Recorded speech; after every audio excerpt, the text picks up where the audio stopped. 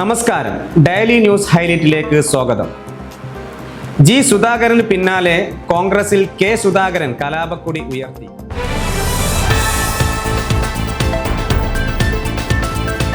ശബരിമല യുവതീ പ്രവേശനത്തിൽ യു ടേണുമായി സർക്കാർ സുപ്രീം കോടതിയിൽ.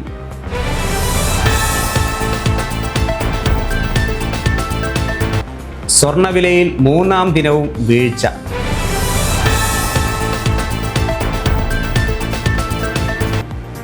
ഗ്യാസ് സിലിണ്ടർ പ്രതിസന്ധി രൂക്ഷം, കൂടുതൽ ഹോട്ടലുകൾ അടച്ചു.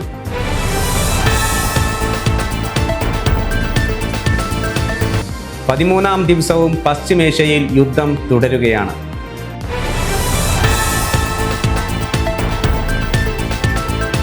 CPM നേതാവ് ജി സുധാകരന് പിന്നാലെ കണ്ണൂരിൽ കേരള പ്രദേശ് കോൺഗ്രസ് അധ്യക്ഷനും മന്ത്രിയുമൊക്കെയായിരുന്ന കെ സുധാകരൻ സീറ്റിനായി കലാപക്കൊടി ഉയർത്തി രംഗത്ത്. സുധാകരനോട് രാഹുൽ ഗാന്ധി തിങ്കളാഴ്ച ഡൽഹിയിൽ എത്താൻ ആവശ്യപ്പെട്ടു. ശബരിമലയിൽ ആചാരം സംരക്ഷിക്കുമെന്ന പുതിയ നയവുമായി കേരള സർക്കാർ സുപ്രീം കോടതിയിലെത്തും. യുവതീ പ്രവേശനത്തെ അനുകൂലിച്ച സർക്കാരിന്റെ യൂടേണിന് പിന്നിൽ NSS SNDP സംഘടനകൾക്കൊപ്പം സംഭവിച്ച വോട്ട് ചോർച്ചയുമാണെന്നാണ് കരുതപ്പെടുന്നത്. സ്വർണം മൂന്നാം ദിവസമായ ഇന്നും വില കുറഞ്ഞു. 1500 രൂപയോളമാണ് തുടർച്ചയായി കുറവ് സംഭവിച്ചിരിക്കുന്നത്.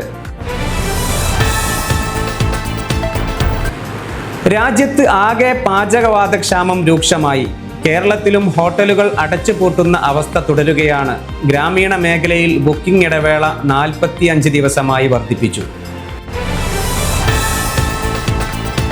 ഇറാനും ഇസ്രായേലും അമേരിക്കയും പരസ്പരം കൊണ്ടും കൊടുത്തും യുദ്ധം തുടരുന്നു. യുദ്ധം തുടങ്ങി 13ആം ദിവസമായ ഇന്നും ഇറാനിലും ഇസ്രായേലും ആക്രമണങ്ങൾ ഉണ്ടായി. ഒമാനിലെ സുഹാറിൽ ഡ്രോണുകൾ പതിച്ച് 2 ഇറാന്റെ അനുമതി കാത്ത് 8 ഇന്ത്യൻ LPG കപ്പലുകൾ ഹോർമൂസ് കടലിടുക്കിൽ തുടരുകയാണ്. ഇൻസ്റ്റഗ്രാമിൽ റീലിട്ടു എന്ന് ആരോപിച്ച് പാലക്കാട് ചാലിശ്ശേരിയിൽ 9ാം ക്ലാസ്സുകാരനെ കൂട്ടുകാർ ക്രൂരമായി മർദ്ദിച്ചു.